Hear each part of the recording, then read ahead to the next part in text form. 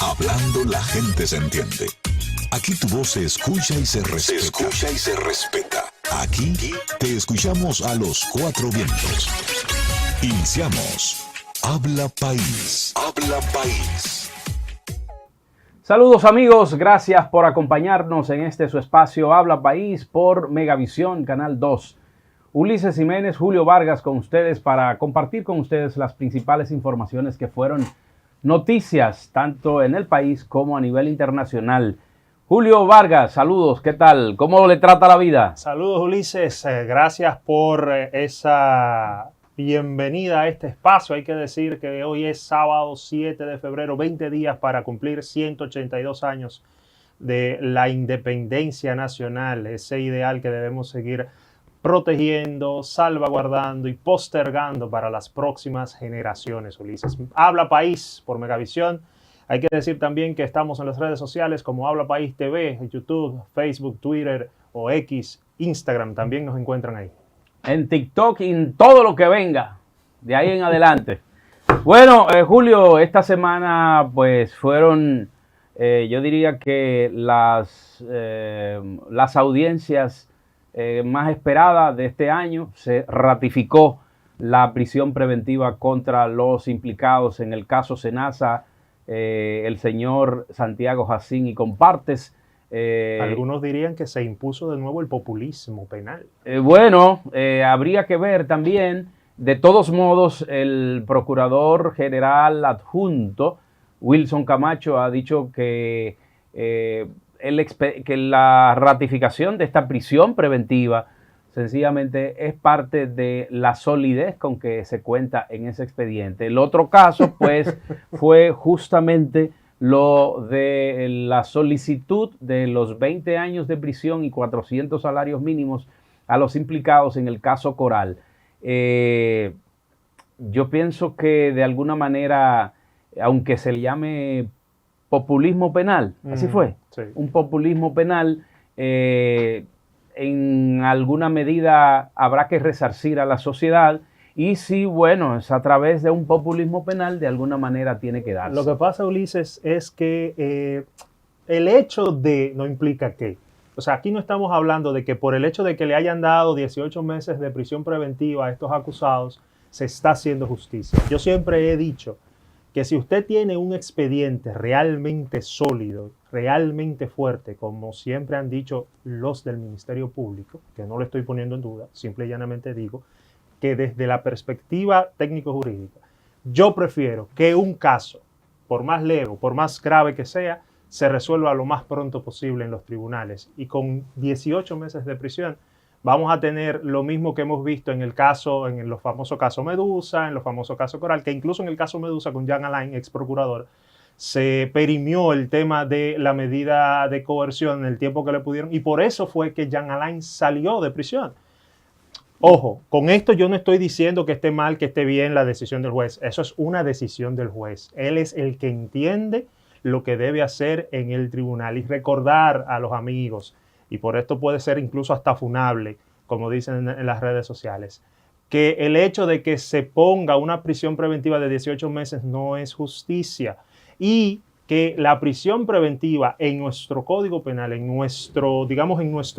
nuestras normativas, es la excepción. Cuando se habla de que la prisión preventiva es la excepción, se dice que son 6 medidas de coerción que tiene el juez para elegir. La más grave es la prisión preventiva y es para, se supone, ¿no?, en la teoría, que esta debe ser dejada solo para aquellos que no tengan el suficiente arraigo para no extraerse del proceso. ¿Dónde yo estoy de acuerdo? Por ejemplo, hablando de estos casos, en el que se diera la prisión preventiva, en el caso del exministro José Ramón Peralta, cuando se dijo que él había de alguna forma, digamos, permeado la investigación y que tenía acceso a ella, y por eso desde fuera era un peligro para la misma. Ese planteamiento del Ministerio Público sí tuvo sentido, y en ese caso en específico, ahí yo sí apoyé la prisión preventiva porque se demostró esa parte.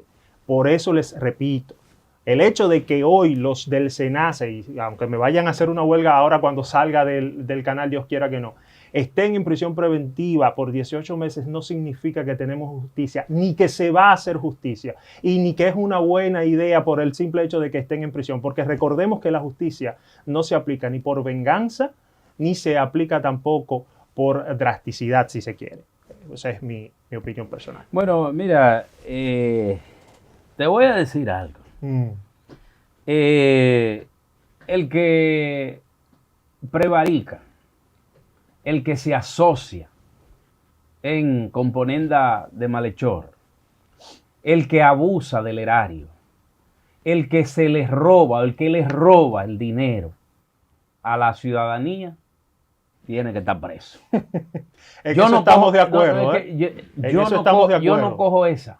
Usted el expediente que están presentando le está diciendo al juez, mire, estas son las pruebas de que esta gente robaron. Mire, yo quiero que estén todos presos. Yo quiero que estén todos presos ahí. ¿Usted sabe por qué? Yo también. Porque aquí, si usted deja a la gente suelta, se va porque se va. Se agarran de que se enfermaron. Pero señores, lo hizo Jean Alain, por Dios. No, pero Jean Alain no pudo salir. Lo hizo ya. Bueno, pero justamente, ¿por qué no pudo salir? ¿Por qué? Porque había un impedimento. Por ende,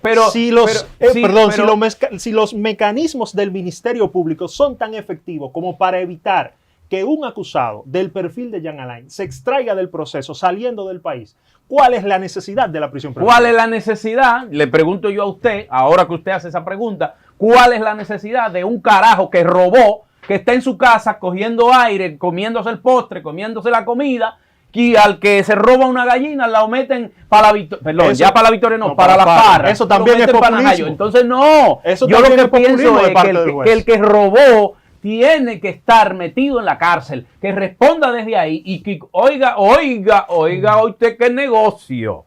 Hoy yo hasta me voy a acomodar aquí, chico, mira. Oiga usted qué negocio. Lastimosamente en la práctica no funciona así. Óigame qué negocio. Que el que está acusado de robar todos los cuartos del mundo, que se vaya para su casa. Se le tiene que probar porque nuestro sistema dice que todo es inocente hasta que se demuestre lo contrario. Ese es el proceso. Y eso es una medida de coerción. Y usted está hablando que usted respeta lo que dice el juez. Claro. Entonces el juez dice, no, usted va preso. Yo lo respeto, pero no tengo que estar de acuerdo. Usted va a esperar allá. Cuando sea llamado, usted viene de allá. Oiga, qué otro negocio. Óigame el otro negocio, chico. Dice que el hombre rebajó de 70 a 80 libras en esto del 20, ¿cuánto de diciembre para acá? No, del 11, 12 de diciembre para acá. Óigame, hermano, usted se puede estar muriéndose y tiene que responder como usted hizo lo que hizo. Usted tiene que responder a eso. A mí se me importa que a usted se le vaya la vida y que usted rebaje. A este país le han robado demasiado y usted no puede permitir como juez, que ese carajo, señores, pero ese hombre tiene, ¿cómo se llama? En el Líbano, tiene una finca. Ese hombre tiene todas las de quedarse en cualquier sitio. ¿Y dónde está Quirinito? Quirinito se desapareció. ¿Y cuánta gente no han desaparecido por Haití? ¿Cuánta gente no han desaparecido por Valladolid? O por ahí, por Punta Cana. Señores, a mí no, ¿cómo se llama? A mí no me vengan con tecnicismo. Véngame con populismo mejor. Y métame preso al que se robó los cuartos de este país. Ulises, déjelo ahí. Pasó con Jean Alain. Me tomé el trago de agua. Sí, por favor. Pasó con Jean Alain, pasó con Hugo Veras, pasó también con Santiago Jacín. Y aquí hay que hacer un paréntesis para los medios de comunicación, una cuestionante. Usted que ha sido director de varios medios y que tiene experiencia en ese sentido. ¿Cuál es el valor informacional de la pérdida de peso de los acusados? Porque eso es noticia. Bueno, parece que hay que cogerle pena. Mínimo. Parece que hay que cogerle pena, digo yo. Vámonos a la pausa, Julio Vargas. Ya volvemos. Ya regresamos. Gracias por seguir en sintonía con nosotros. Esto es Habla País. Recuerden seguirnos en redes sociales, Habla País TV, YouTube, Facebook, X, TikTok, Instagram. Ahí estamos para que puedan ver en diferido también todo el contenido de este programa y la entrevista que viene más adelante, interesantísima, con Juan Gómez de la Fuerza del Pueblo. Ulises, el presidente Abinader estuvo en Dubái, creo que regresó ayer, si no me equivoco, ayer viernes, ya de vuelta en el país, estuvo presentando a la República Dominicana en el Consejo de Gobiernos. También lo presentó al país como este gran hub turístico y logístico en la región. Creo que fue una participación destacada por parte del presidente, ya que presentó las bondades y los logros alcanzados en los últimos años en la República Dominicana, que eso puede traducirse en muy buenas inversiones para la nación. Bueno, justamente el presidente Julio Brache, el presidente de los industriales de la República Dominicana, hablaba de la importancia que esto revestía para la economía dominicana y para el liderazgo que está teniendo República Dominicana para toda el área del Caribe y Latinoamérica y el crecimiento que viene exhibiendo en forma exponencial de la economía dominicana. Que creo que se logró que se haga el próximo en este país. Sí, hubo una firma de un acuerdo para que esas reuniones se den anualmente aquí en el país. Enhorabuena, este encuentro donde participó el presidente Luis Abinader y el ministro de Vivienda, otrora ministro de Industria y Comercio, Ito Bisonó. De esta manera, pues, nosotros nos vamos a ir a una pausa y les presentamos a continuación nuestro segmento de noticias internacionales a cargo de nuestro compañero Ernesto Trinidad. Habla País. Aquí tu voz se escucha y se respeta. Habla País. La presidenta de México, Claudia Sheinbaum, afirmó que su gobierno prevé enviar ayuda humanitaria a Cuba en los próximos días, principalmente alimentos e insumos solicitados por la isla, mientras mantiene gestiones diplomáticas para retomar los envíos de petróleo sin exponer al país a sanciones anunciadas por el presidente estadounidense Donald Trump. Estamos pensando enviar esta ayuda, si no es el fin de semana, el lunes a más tardar, y es principalmente alimentación de algunos otros insumos que nos han pedido, señaló la mandataria durante su conferencia de prensa diaria desde el estado de Michoacán, en el oeste de México. La gobernante señaló que la coordinación para el apoyo se ha realizado a través de canales diplomáticos y autoridades mexicanas, con el apoyo de Lázaro Cárdenas Batel, jefe de oficina de la presidencia y de la propia Secretaría de Relaciones Exteriores. La exclusión del senador Iván Cepeda, favorito en las encuestas de la consulta presidencial de la izquierda, sacudió el tablero electoral colombiano y puso en una encrucijada a los sectores progresistas que apuntaban a llegar unidos a las elecciones del próximo 31 de mayo y ahora están divididos. El Consejo Nacional Electoral rechazó el miércoles por 6 votos contra 1 la posibilidad de que Cepeda, del partido oficialista Pacto Histórico, participe en la consulta prevista para el próximo 8 de marzo y para la que están inscritos el ex senador Roy Barreras, el ex embajador de Colombia en Argentina, Camilo Romero, y el ex ministro de Interior, Juan Fernando Cristo. Rusia se mostró dispuesta a negociar con Estados Unidos un nuevo tratado de desarme tras la expiación la pasada medianoche del START 3, pero China, a la que Washington acusa de acumulación masiva de armas nucleares, se resiste por el momento. Ambas partes, Rusia y Estados Unidos, son conscientes de la necesidad de un pronto comienzo de las negociaciones sobre este tema, dijo Dmitry Peskov, portavoz presidencial, en su rueda de prensa telefónica. El presidente de Estados Unidos, Donald Trump, rechazó la propuesta rusa de prolongar por un año los límites contemplados por el tratado y abogó por negociar un documento nuevo, mejorado y modernizado. Ernesto Trinidad, Habla País. Ya regresamos. Bien, señores, continuamos aquí en Habla País. Mira, hay una información que en esta semana a mí me laceró el alma y que quisiera como que Dios me la pusiera así en la mano para yo poder resolver con esa gente. Miren, una niña de apenas 7, 8 años fue torturada salvajemente por una pareja, oiga bien, de cristianos. Di que cristiano. Porque supuestamente malversó o se robó 100 pesos. En el día de ayer veíamos que ellos fueron a entregarse, utilizaron el canal de un hermano de la iglesia para entregarse. Qué pena que se entregaron, porque yo quería que se resolviera de otra manera. Un acto de barbarie por parte de estos malnacidos. El papá, o sea, el hombre es el papá de la niña, la mujer es la madrastra. Y bueno, yo espero que haya consecuencias y que actos de esta naturaleza puedan ser extirpados de la sociedad dominicana, que le apliquen la ley. Esa niña se quedará para siempre con esa marca ahí, pero no solamente con la marca física, sino psicológica, del acto salvaje de tortura que esa mujer cometió. Y por encima de eso, nosotros estamos viendo imágenes justamente de esas dos, yo no diría que personas, son dos lacras, porque también el papá le dio golpe a la niña. Mira la importancia de tener un marco jurídico adecuado. No me voy a cansar de repetirlo nunca en ningún espacio en el que esté.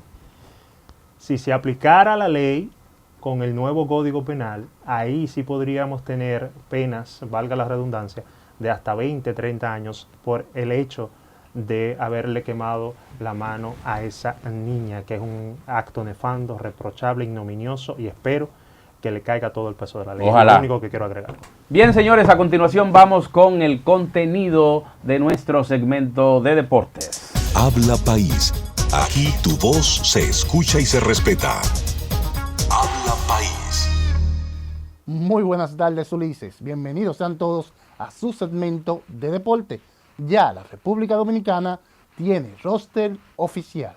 La selección dominicana de béisbol presentó su roster para el Clásico Mundial del Béisbol del 2026, con una combinación de experiencia y talento en un gran momento. En el listado aparecen nombres como Juan Soto, Manny Machado y Vladimir Guerrero Jr., además de la sorpresa del catcher de los Yankees, Austin Walsh, un grupo balanceado que busca competir desde el primer juego. Los Leones del Escogido han sido una de las novenas más llamativas en la Serie del Caribe, con una ofensiva constante y partidos cargados de intensos momentos. Con un histórico enfrentamiento ante Panamá, un juego de 31 carreras combinadas se marcó uno de los registros más altos del evento. Ese rendimiento lo llevó a la semifinal, pero en esa etapa no pudieron sostener el ritmo y quedaron eliminados, cerrando su participación en el certamen. El dominicano Jan Montero fue la figura clave para que el Valencia Basket, en su último juego de Euroliga sobre el Tel Aviv, anotó 29 puntos y 8 asistencias para liderar la remontada de su equipo, 104-99, para cerrar un triunfo clave en la jornada de competición. El baloncesto dominicano sigue dando pasos firmes. Hasta aquí, Ronald Arias. Sigan disfrutando de Habla País. Ya regresamos. Señores, como les prometimos, estamos en la entrevista central de su espacio Habla País y nos acompaña en este momento el compañero Juan Gómez. Él es miembro de la dirección política del partido, la Fuerza del Pueblo. De esa organización también es el encargado, el director, no sé cómo llamarle, pero es el que sabe de electricidad, de asuntos eléctricos de la Fuerza del Pueblo. Saludos y gracias por estar con nosotros, gracias por su tiempo, ingeniero. No, gracias por la gentileza de la invitación a esta hora que es tan importante para los dominicanos en este día sábado. Y faltó algo ahí, amigos suyos. De primera. Yo también, yo creo que es lo más importante. Yo pienso, exacto, que... Gracias por la gentileza. Bueno, pues yo pienso que debemos entrar en materia inmediatamente, Juan, porque el tiempo se agota y has traído una carpeta de informaciones y de datos ahí para justamente orientar a la gente, orientar a la ciudadanía. Y yo, pues, personalmente quiero empezar preguntándote cómo tú ves el sistema eléctrico nacional en este momento y qué nos espera. ¿Qué nos espera como país en materia de servicio energético? Mira, yo creo muy sinceramente que nosotros como República Dominicana y como todos los sectores de la población, los partidos, las asociaciones empresariales, sociales, tenemos que ponerle un alto a lo que es el sistema eléctrico de República Dominicana. Okay. Y empezar a planificar y a trabajar para la mejoría y levantar el sistema eléctrico nacional. ¿Por qué? Porque no hay manera de que un país eche adelante, se monte sobre los rieles del progreso, si no tiene un sistema eléctrico confiable, a un costo que se pueda pagar y con una continuidad.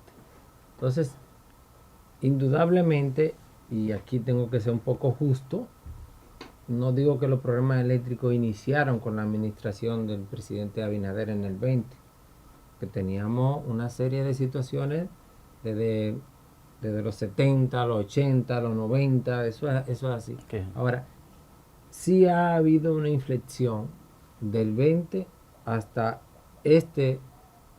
parte del segundo mes de 2026. Okay. Y es que los indicadores en la parte de distribución, todos se han desplomado. Okay. ¿De qué estamos hablando? Sencillamente, mira, vamos a imaginarnos que nosotros tres tenemos una empresa y vendemos copa de agua.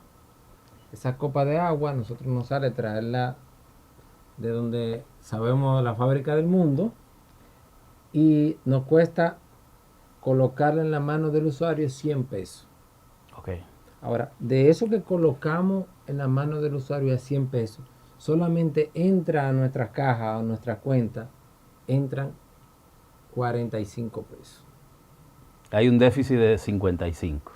Entonces, es lo que ha estado ocurriendo, por ejemplo, con las pérdidas eléctricas. Lo único que en el sistema eléctrico, para que la gente no escuche, y hablo de distribución, ¿por qué? Porque un sistema eléctrico típico en cualquier país del mundo está formado por lo que es la generación, donde se produce la energía, transmisión, eso de donde lo produzco, lo tengo que transmitir hacia los centros de consumo, y cuando me llega a los centros de consumo tengo que distribuirlo.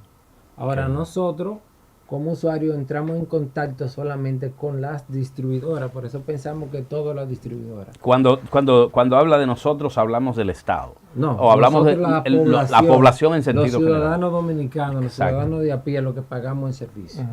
A eso me refiero. Entonces, en distribución es donde ha estado uno de los mayores escollos. Okay. Por ejemplo, yo tengo aquí un gráfico que no es de la Fuerza del Pueblo y nosotros hablamos con la data del informe de desempeño de las empresas eléctricas estatales del Ministerio de Energía y Minas. No gano yo nada, ni el país gana nada con venir yo aquí a aportar números que no tengan un sustento. Okay. Entonces, si tú te fijas, por ejemplo, para hablar de las pérdidas y hacer el símil de la copa con lo que ha ocurrido con las empresas distribuidoras en el país, si tú ves, desde el año 2011 había un comportamiento, una pendiente hacia abajo de una mejoría y en cuanto a las pérdidas eléctricas. Entonces, este gobierno, esta administración recibe las pérdidas eléctricas en aproximadamente un 30%. De toda la energía que se produce, De todo que lo se que transmite, de de todo todo lo que compro. Okay. De toda la energía que yo le compro a lo que te hablé, a los generadores, Sí. yo estoy Perdiendo. un 30%. ¿Eso fue Pero, a Juan, qué fecha? Eso es, te cogí el año ahí, 2019. ¿Por qué no puse el 20? Porque el 20 sería un poco injusto, porque se eleva por el tema de la pandemia. Que recuerden que se nos cerró a todos. Claro. Y se le daba 24 horas de servicio a la persona, pagase o no pagase. Eso lo recordamos ahora. Sí. Para terminar nada más, entonces, ellos en su plan de gobierno, inclusive en el año 2019 se paran de firmar el pacto eléctrico porque decían que las pérdidas eran muy altas, que había que bajarla. y nos vendieron que ellos iban a bajar la luz, la pérdida eléctrica. Y a noviembre del año 2025, que es el último informe que tenemos, inclusive te lo pasé vía electrónica, Ulises, las pérdidas en el mercado de distribución en República Dominicana ascienden a 42.9. O sea, que hemos retrocedido 12 puntos. Totalmente. Porcentuales. 12 puntos que si lo llevamos a años, es más de una década atrás de cómo estábamos. Pero yo creo que la pregunta que se hace todo el que no entiende del tema, y me incluyo en él, es, usted bien dijo que siendo justo no podría, digamos, endilgarle toda la responsabilidad al gobierno actual, y estamos hablando de décadas de presentación de pérdidas en este sentido. ¿Cuál es la génesis del problema? ¿Dónde es que está el problema y cuál es la solución? ¿Qué no se ha hecho que se ha debido hacer en el proceso de distribución? Perfecto. Yo creo que por eso que hay que venir a programas como este, gente tan inteligente. Lo único es que yo quisiera relacionar, porque si le hablamos de la pérdida, aunque la gente sabe algo que me deja de entrar ahora, yo quiero que le pongamos qué significa eso en monto. Exacto. Para entonces responderte lo que Perfecto. Miren, en el año 2019, para llenar el déficit eléctrico de República Dominicana, el gobierno tuvo que traspasar a la empresa del sector eléctrico 422 millones de dólares. Okay.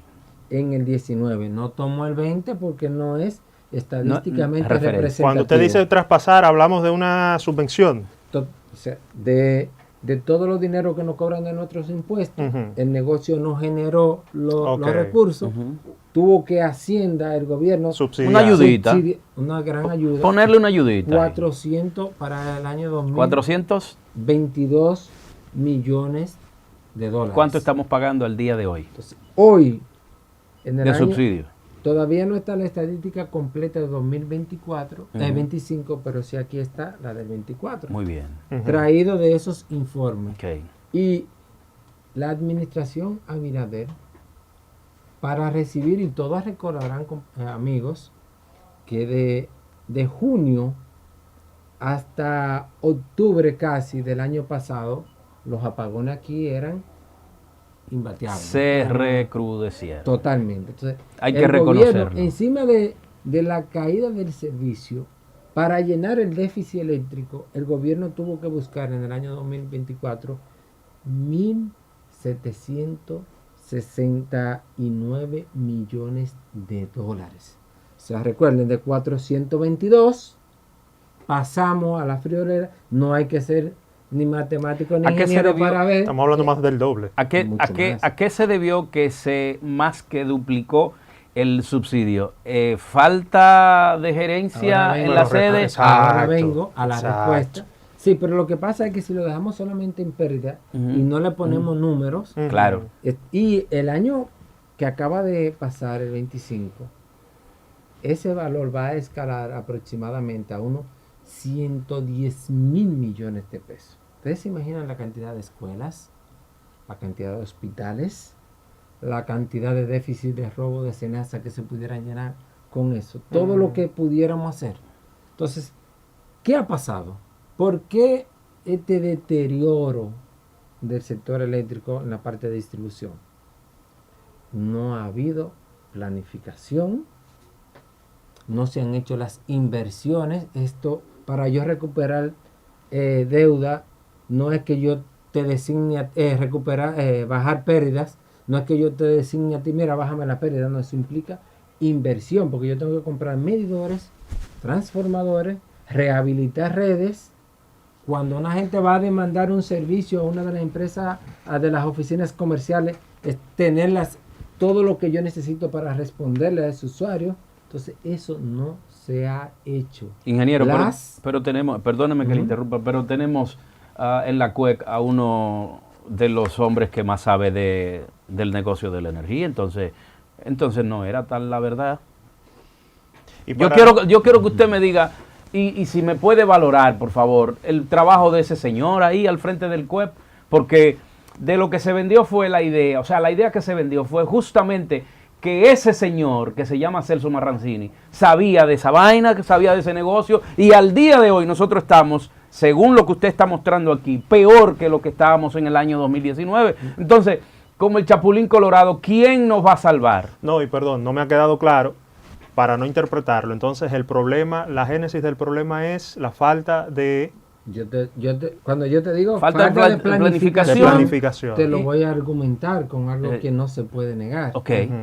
Tú puedes analizar y ver, por ejemplo, cuál ha sido la rotación de los gerentes generales de las empresas distribuidoras. Uno en cada Edesur, mes. no, en No, Edesur uno van cada- 6. Uno cada mes. En EDESTE van 6 en 5 años. Entonces yo le hago una pregunta. Pero no tiene el PRM, porque vamos al punto, no tiene el PRM especialistas capaces para manejar la electricidad, Se ingeniero. decía que Alburquerque era uno. ¿Y por qué no lo llaman a Yo usted? conozco- Porque usted fue yo superintendente. conozco a Alburquerque. No, pero hay otros. Yo conozco a un César Sánchez, que es una autoridad en el sector. Y es del, Pero lo tienen y afuereado. es del pero ¿De eso- qué PRM lo tienen afuereado, pero tú me estás ingeniero? preguntando si yo... Sí. del Usted PRM, conoce, tú sabe. me estás preguntando y yo te estoy Ramón respondiendo. Alburquerque, que Dios lo tenga en gloria, acaba de fallecer. Entonces- Él no aceptó el cargo Entonces, que le mire, en una empresa donde haya en 5 años una rotación tan elevada, es porque no hay un plan, no hay una planificación.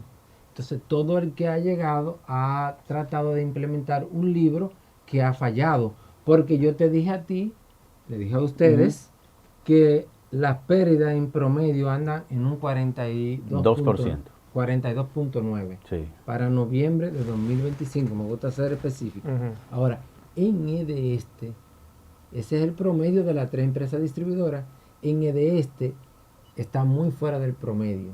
En EDESTE son de un 58% de pérdida. Y así no hay toro que llegue a güey. No, y Jamás. no será, porque usted sabe que cuando usted lo ponen en un puesto, el dueño de la empresa lo pone en un puesto y no se quiere llevar de lo que usted le dice, que usted es el que sabe, usted renuncia. ¿No será que se trata de eso?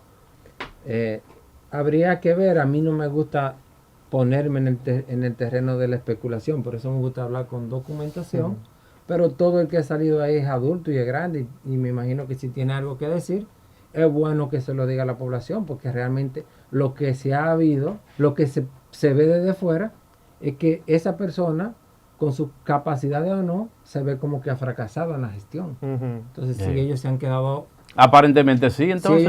Si ellos se han quedado callados, no, que se hagan, inclusive hay uno de ellos que el propio Celso lo acusó de una situación que en cualquier país del mundo Estuviera preso. Tuviera preso. tuviera preso, pero no Pero Celso solamente- y él. No sé, pero sí recuerden que Celso denunció que en EDESTE se estaba sobrefacturando a los usuarios. Es decir, yo consumía 150 Claro. kilos y para ello tratar de mejorar sus números ponían que yo consumía 200 kilos. Mire, En ingeniero. pocas palabras, se formó una asociación de malhechores de funcionarios públicos desde una empresa pública. Pandilleros públicos. Señores, ingeniero, tenemos que irnos a la pausa. Al retornar, hay unas cuantas preguntas que quedan en el aire que de verdad no sé si el ingeniero quiera contestarla, ese es su derecho. Pero vamos a ver. Me las recuerda Luego- todas, que las respondemos. Se las voy a hacer, se las voy a hacer. No se muevan. Ya regresamos. Señores, continuamos aquí. Vamos a hacer unos sketches de las cosas que se hablan fuera del aire, porque la verdad es que son más interesantes que las que salen al aire. Mire, ingeniero Gómez. Adelante, señor. Yo usted. quisiera. Adelante, señor, usted. Sí, yo quisiera que usted le diga al país. ¿Por qué la fuerza del pueblo no asumió la responsabilidad de defender al pueblo, como dice su nombre, cuando Celso Marrancini denunció que un carajo que estaba ahí en EDESTE sobrefacturaba, se lo robaba y no se lo reportaba a nadie? Contésteme esa pregunta. Y la segunda pregunta que le tengo es la siguiente. El proyecto hay una ley que ha incrementado, dicen que en un 25% los impuestos para la energía renovable, fotovoltaica y solar. Esas dos preguntas. Quiero saber cuál es su posición en torno a ese proyecto y lo primero que le pregunté. Mire, esa primera pregunta que usted me hace me recuerda a mí un poco los tiempos selváticos. ¿Ah, sí? Claro, porque si se dio algo así, ¿qué debe de funcionar? Debe de funcionar el aparato institucional del país. No necesariamente que venga cualquiera a estar denunciando a cualquiera. Ahí debió de haber ahí debe de estar la parte de Cámara de Cuentas, debe de estar la parte de Contraloría, debe de estar la propia institución que dirige Celso, tiene un departamento legal, y quien debería de velar por cuidar esos recursos de todos nosotros dominicanos. Aquí hay una Procuraduría de Electricidad Se también. le queda la Procuraduría especializada del fraude Hay una eléctrico. Procuraduría especializada. Ahora, han dicho algo. Entonces, no es solamente una debilidad en cuanto a que ocurrió algo que no debía de ocurrir, porque en el Estado hay instancias de previsión para ello. Sí. Y ustedes lo conocen. Ahora, ocurrió, pero ni siquiera cuando un propio funcionario público lo denuncia, esa Procuraduría ha actuado. Entonces, el hecho es más peligroso y más preocupante como país, como nación, que se diga, no, que fulano no lo denunció, lo que fuere. No, debe de funcionar. Por favor, le pedimos al PRM, no nos roben también la institucionalidad del país. Ok, ahora contésteme la pregunta que yo le hice. La otra ¿Por qué? No, la primera, que no me la ha contestado. ¿Se la respondí? Usted habló lo que quiso ahí. No, y lo que ahora quise dígame por qué la Fuerza del Pueblo no accionó legalmente. ¿Por qué no Ante la sometió Pegase, ningún por lo proyecto? menos. Ante la Pegase por lo menos. Porque de verdad, vemos muchísimos políticos que hablan y dicen, no es el caso suyo, no es el caso suyo. Yo no solamente lo conozco a usted. Yo no solo lo conozco, yo puedo dar fe y testimonio y meter esa mano en candela. Pero ¿por qué la Fuerza del Pueblo no accionó? Mira, Ulises, creo que parte, pero como no que esté satisfecho, te le voy a poner una segunda parte. La primera parte que te decía es deben de funcionar Las instituciones. las instituciones. Perfecto. Sí. Hay instituciones de control previa al proceso y posterior al proceso. Eso lo Sí, sabemos. claro. Previo al proceso, Contraloría. Dentro de cada una de la empresa distribuidora tiene que haber una unidad de Contraloría. Y posterior al proceso, Cámara de Cuentas, que es la que tiene... Que muchas veces están marginadas esas unidades de Contraloría en las instituciones, hay que decirlo también. Así es. Ahora, que son las que te pueden... Con la única prueba que yo puedo ir a un tribunal a denunciar con una auditoría son lo de la Cámara de Cuentas. O sea, solo el informe de la Cámara de Cuentas es vinculante. Es el vinculante. Yo no soy abogado, pero ustedes sabrán, igual que yo, que uno se orienta un poco. Sí, claro. Ahora, por otro lado también, si dijera, ok, es algo tan escandaloso, pero lo mismo pudiéramos decir en cualquiera uno de los otros escándalos como el Senasa. Tú no has visto que un tercero ha ido. Sí, ha habido unas cuantas, incluso Pero rechazaron. Exacto. Justicia Primero llevó, y algunas instituciones pero ¿hasta dónde llegan? se constituyeron en parte civil. Ahora, ¿qué pasa también? Otro grave problema que tiene esta gestión, y es la opacidad, la falta de transparencia. Porque si, por ejemplo, cuando se hizo esa denuncia, se presenta una matriz de cuáles fueron los usuarios afectados, con los NIC, con la cédula, Sí. con los nombres. Por lo menos que le devuelvan esos cuartos a la Ahora, gente. eso te voy a decir. que le devuelva Ahí ese dinero. La Superintendencia de Electricidad debió de haber hecho que le devolvieran esos recursos. Y no es solamente Estamos de acuerdo. devuelto. Hay que duplicar. Y resarcir como dice la ley. Exactamente. ¿Qué dice la ley, ingeniero? Duplicarle lo que le cobran mal. Lo que a usted le roban Así en el es. sector eléctrico, esa ley establece que hay que devolvérselo al doble. Así Y mismo. ahora no solamente no se lo han devuelto, ahora no solamente no se lo han devuelto, sino que se han quedado callados. Y por encima de eso, entonces,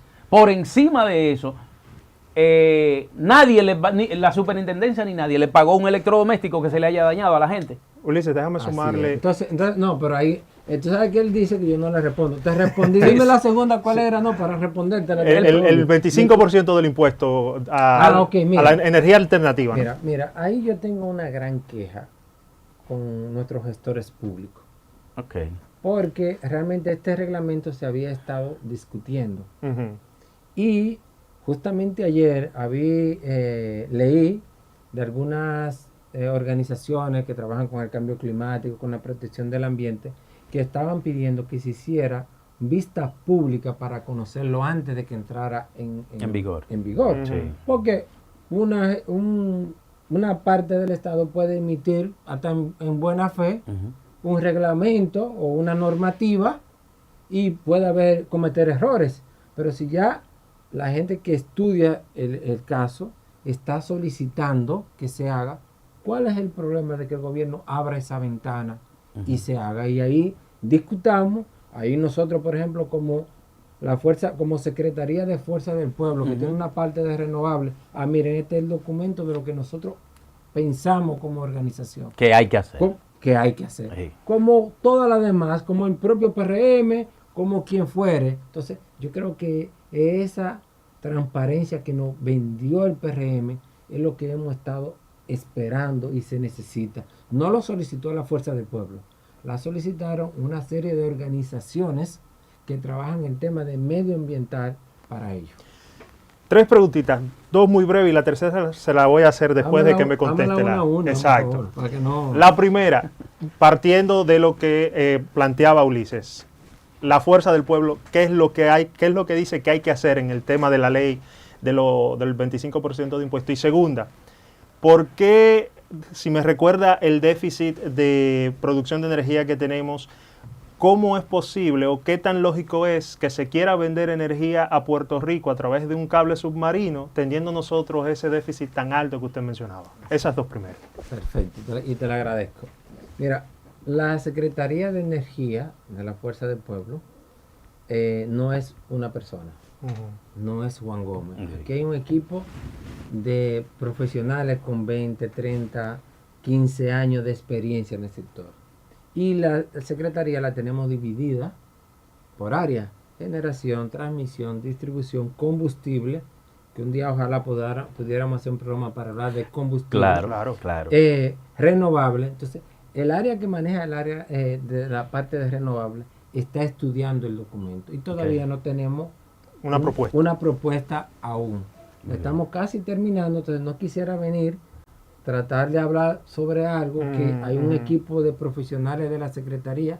Ahí hay una persona que duró manejando esa parte de renovable en la Comisión Nacional de Energía casi 14 años. O sea, hay gente que conoce, que sabe más que yo de ello. Claro. Entonces, vamos a esperar. Yo con gusto te lo hago llegar directo o lo mando aquí a la persona, o no le pido que venga, no lo mando, no soy su jefe.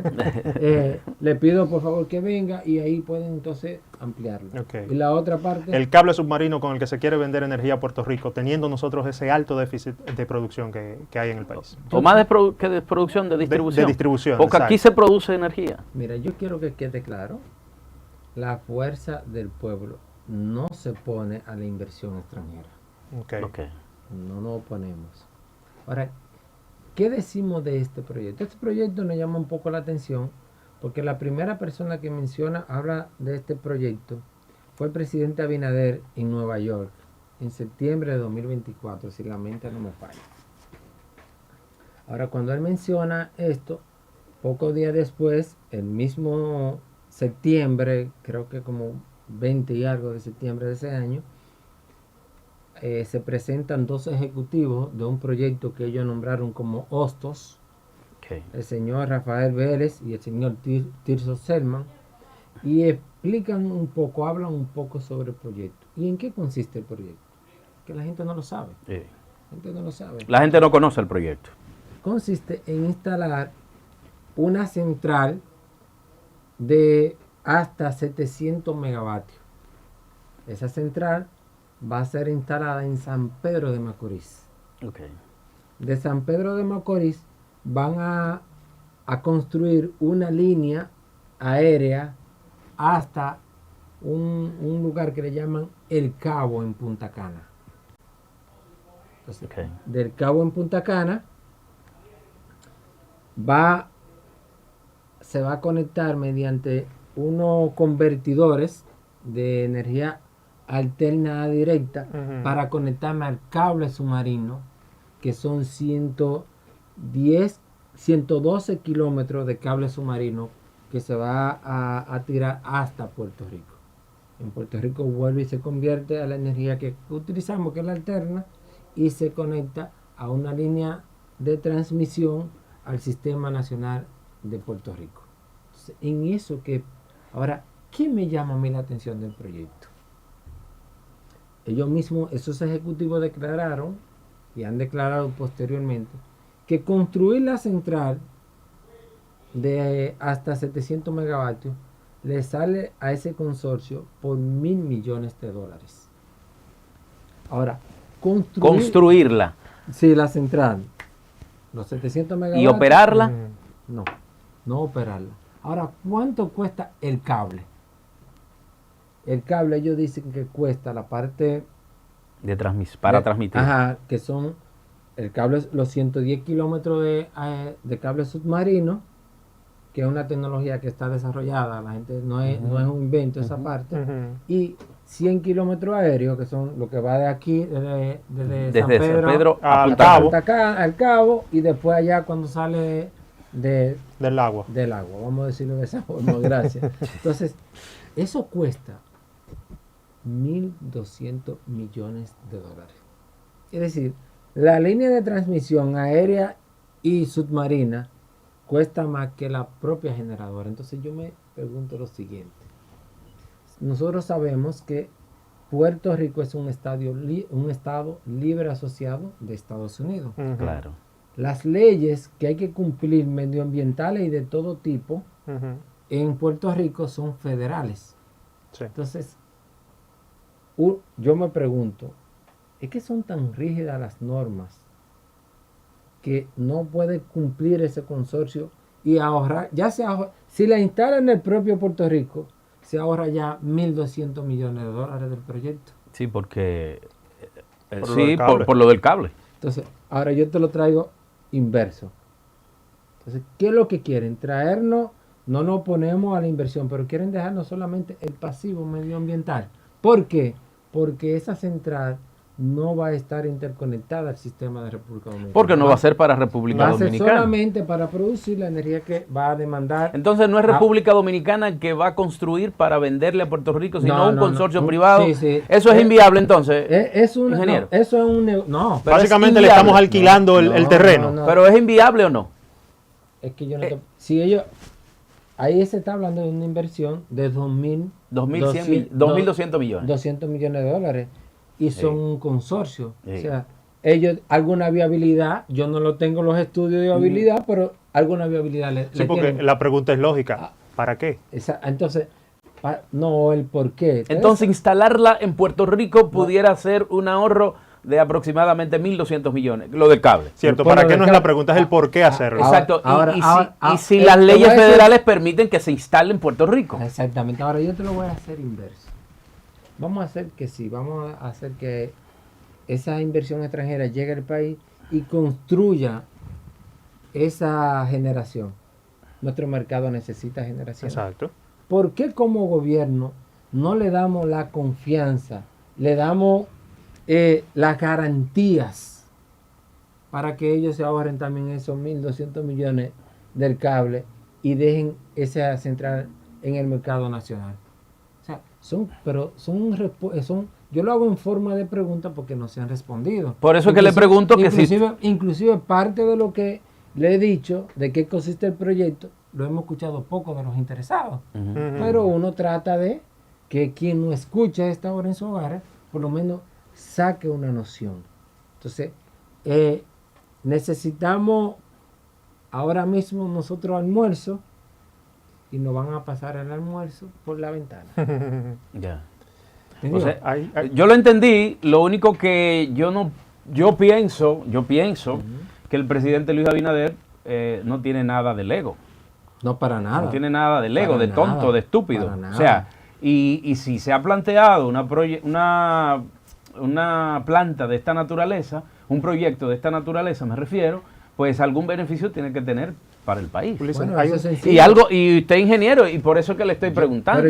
Pero es inviable el proyecto. No, es que tú me has hecho esa pregunta varias veces y que yo te he dicho que no tengo la herramientas y la documentación. Ujú. Porque uno intuye que el consorcio son gente inteligente, el propio Ujú. presidente que tú lo mencionas es gente inteligente, pero el presidente, te quiero recordar esto, el 19 de enero del año 2021 hizo también este anuncio. Acento, mira qué casualidad. Qué casualidad. ¿Qué dice? Anuncio de Abinader de energía para Haití consta en plan de TET. O sea, nosotros estamos en medio de una crisis en el 21, ustedes lo recordarán también. Ujú. Y el anuncio que yo te dije que él mismo hizo de que se iba a vender electricidad. Cuando esto se dijo, nadie sabía absolutamente nada. Se ha ido sabiendo más. Inclusive, el presidente muy recientemente dijo que ya el presidente de Estados Unidos había aprobado. ¿Qué? Pero, como a 2 días después, la propia compañía dio una rueda de prensa, una nota de prensa en Puerto Rico, y dice que todavía a ellos no le habían puesto en conocimiento esa autorización. Es decir, yo lo que creo es, para no venir y acabar con el proyecto, yo lo que creo que se debe de dar más información Socializar. a la población, a los técnicos nacionales, a los medios de prensa, para que uno pueda llevar orientación, porque yo pudiera montarme en una ola y tratar de echarle Leña al fuego. como leña a ese fuego ahora dicen. mismo, Ujú, ujú. pero yo quiero pensar más en país Ok. que en un beneficio coyuntural. Hay una pregunta que yo no puedo dejar de hacer muy Julio, brevemente. Julio le va a hacer la pregunta para despedirlo porque el Sí. ingeniero me dio No, vuelta y me consumió mucho tiempo ahí. Y después de ese almuerzo que él nos brindó hoy Ingeniero, el presidente de la Fuerza del Pueblo, otrora presidente de la República Dominicana, Leonel Fernández, fue muy criticado en su momento y todavía es un argumento que sacan en su contra. El tema de la privatización de las empresas eléctricas estatales. Al día de hoy, visto lo visto, el equipo del tema del presidente, ¿qué piensa sobre esta situación? Si volverían a aconsejar, digamos, la privatización de las empresas aún más de lo que estén, y cuál es la posición sobre este particular. Sobre todo a la luz de las grandes pérdidas que tienen las Exacto. empresas distribuidoras. Julio, yo sí te agradezco esa pregunta. Honestamente que sí. Porque con Leonel Fernández hay varias mentiras que son mitológicas. Qué bueno que la aprobación también vaya viendo y sabiéndola. La mentira aquella que ustedes escucharon muchísimas veces, del tema del 90, del 93-3. 3. Sí, Sí, sí. de la explotación Sí. Del oro. Del oro. de la barrigol. Jamás ocurrió, nunca fue así. Por eso fue Danilo que lo dijo. Bueno, hay que Y ver, fue compañero de Leonel hay todo que el ver, tiempo. sí, pero hay que ver, pero tú Y quieres- revirtió eso, o sea, los Te contratos invito él mostró que los Te contratos... invito que el día viernes, o sea, ayer, Ujú. en Diario Libre salió un interesante artículo sobre el rendimiento del oro ahí, solamente por impuestos sobre la renta un 25%. Solamente por algo que le llaman el PUN, que es un ingreso por la explotación, ahí es un 23%. Solo por el tema de refinamiento es un 3.8%. O sea, de lo que estamos hablando es de que Danilo le habló mentira y metió a Leonel al medio. Así. Lo jodió. Entonces, igual que un tema de unos préstamos extraños, de una campaña, Ajá. también otra mitología. Y la parte esta que tú me preguntas. Miren, población dominicana, Leonel Fernández no privatizó el sector eléctrico de República Dominicana. ¿Qué fue lo que ocurrió con el sector eléctrico en ese momento? Las empresas del Estado, viene la administración Fernández en el 96, por eso le hablaba ahorita que no podíamos hablar de los apagones, que era una responsabilidad de la presente gestión. Administración. Sí. Había una estándar de apagón enorme, había un gran déficit de generación en nuestro país. Las centrales que existían estaban a un nivel de deterioro que era insostenible. Entonces, había que tomar decisiones. Para eso a ti te ponen a administrar, Claro. para tomar decisión. Entonces, ¿qué dentro de muchos modelos que se vieron, cuál modelo se eligió en República Dominicana? La capitalización. ¿Y en qué consiste? Por ejemplo, hay una central, te voy a mencionar a Eje Jaina, por ejemplo. Ustedes recordarán los pinches de caldera, recordarán todo aquello. Tú eres muy joven, Julio, pero usted... señor, No, pero conozco la historia. entonces, ¿qué se hizo? Vamos a valorizar. Se hicieron 3 auditorías de cuánto costaba eso que existía ahí. Y vamos a imaginarnos que lo que había ahí costaba $100 millones. Entonces se invitó al sector privado a que aportara sin exceder el 50% en esa misma cantidad en dinero para vitalizar, para rehabilitar, para adecuar esas centrales. Y aquí yo le tengo un pequeño cuadro.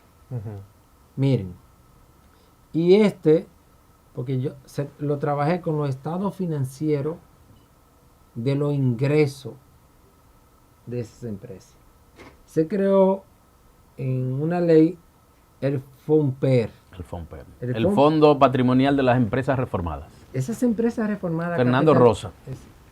Bueno, y todo lo que y todos los que pasaron por ahí. Sí, Digo, tristemente célebre Fernando Rosa. ¿Qué ocurre?